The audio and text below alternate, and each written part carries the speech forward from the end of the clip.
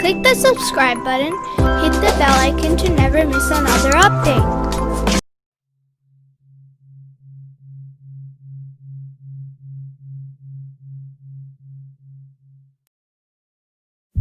He manifests himself over the earth with his authority and greatness.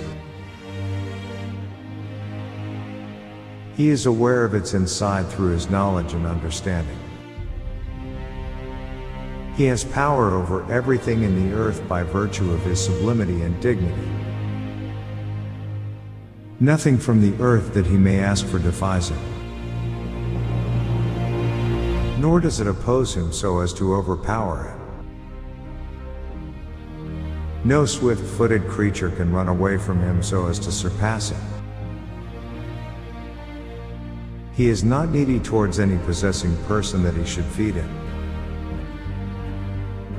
All things bow to him and are humble before his greatness. They cannot flee away from his authority to someone else in order to escape his benefit or his harm. There is no parallel for him who may match him, and no one like him so as to equal him. He will destroy the earth after its existence, till all that exists on it will become non-existent. But the extinction of the world after its creation is no more marvelous than its first formation and invention. How could it be otherwise? Even if all the animals of the earth, whether birds or beasts, stable cattle or pasturing ones,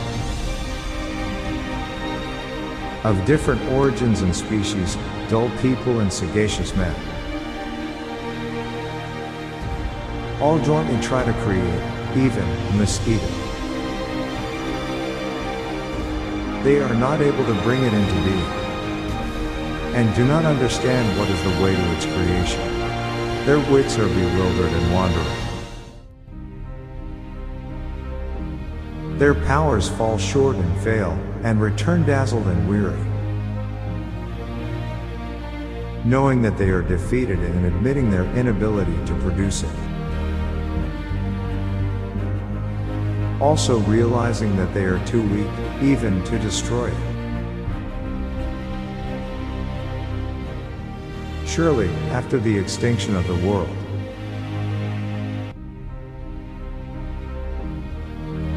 God the glorified will remain alone, with nothing beside him.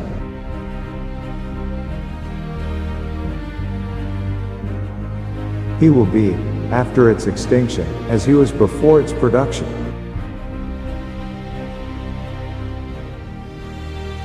Without time or place or moment or period.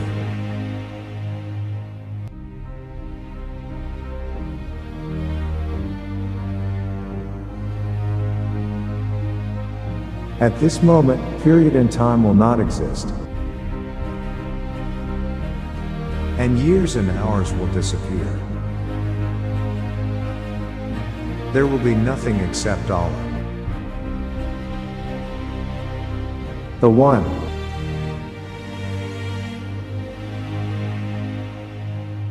the All-Powerful.